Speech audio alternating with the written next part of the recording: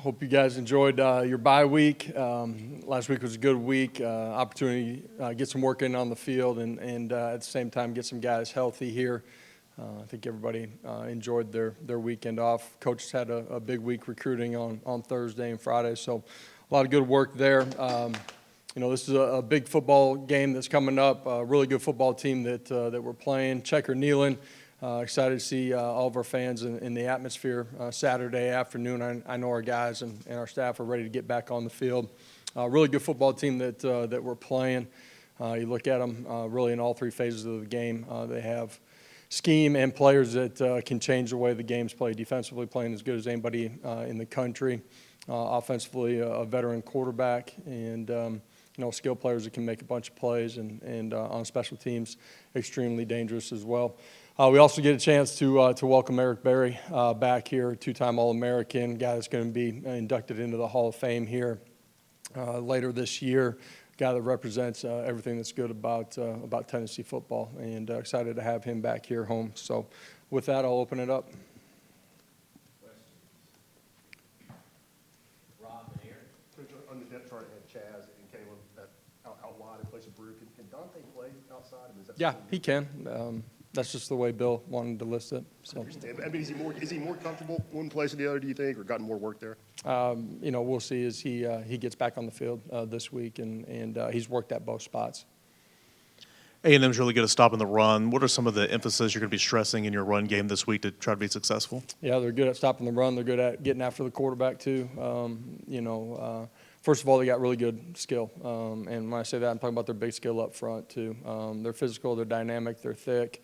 They play strong. They're multiple up front. They've created a bunch of negative yardage plays in the run game, and that's given them the ability to go get after the quarterback. Second and long, third and long too. So you got to do a great job in communication.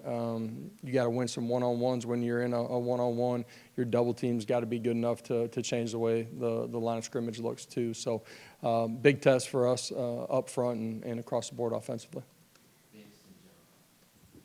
What are some characteristics of a Bobby Petrino-led offense, specifically this one you'll face? Well, first of all, I've said it already. They got really good personnel. Quarterback's a smart decision maker. He's able to extend and make some plays with his arm, but he's always got some balance in what he does too. So we got to do a good job in the run game and be able to handle all the different pass concepts that you're going to see from him. With Chaz and Caleb taking that spot from Brew, what do they do? Or Dante too.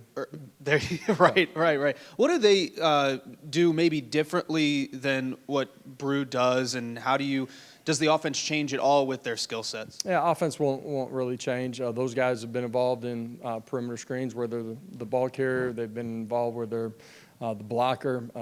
Offensively, we feel good about their development.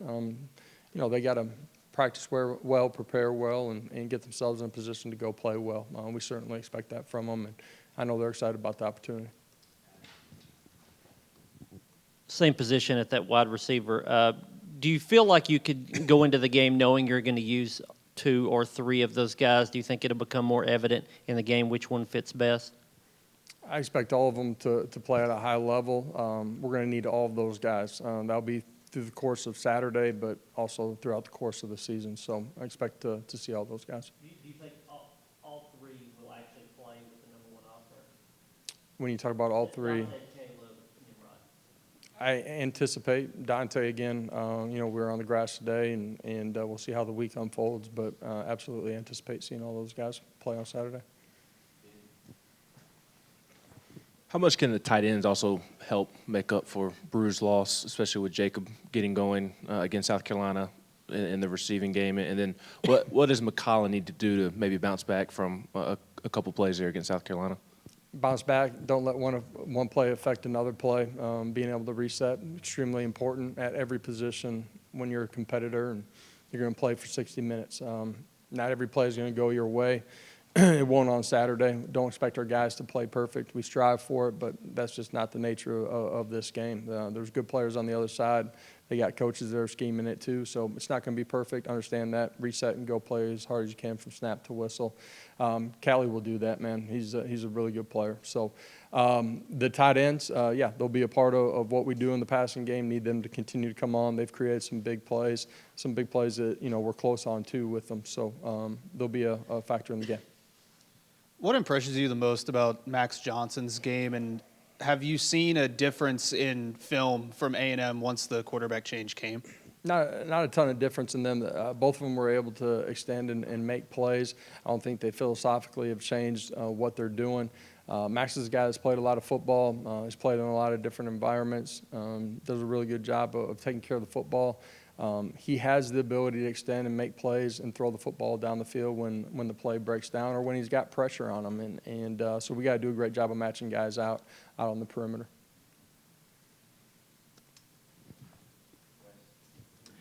Josh, obviously, it's early in the season relatively, but Jacob Horn's on pace to do more than he did last season in terms of just physical production. How much, if any, different is he as a player? How much has he changed since last year, or is that just the ball finding him more often? Sometimes it can just be the ball finding him based on the coverages that you're seeing. But I also think Jacob's developed as a dynamic leader for us on the offensive side of the football. He's had continued physical development, which has allowed him to play his best football that he has up until now. Fundamentally, that's in the pass game, but it's also what he's doing inside of the core, too, in the run game. He's been really good.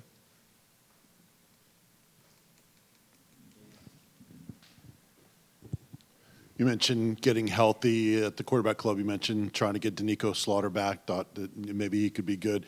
How much did this rest and open week help him, and will he be able to play for you this weekend? Yeah, important for Danico, important for some other guys, inevitably in this game and certainly in this league.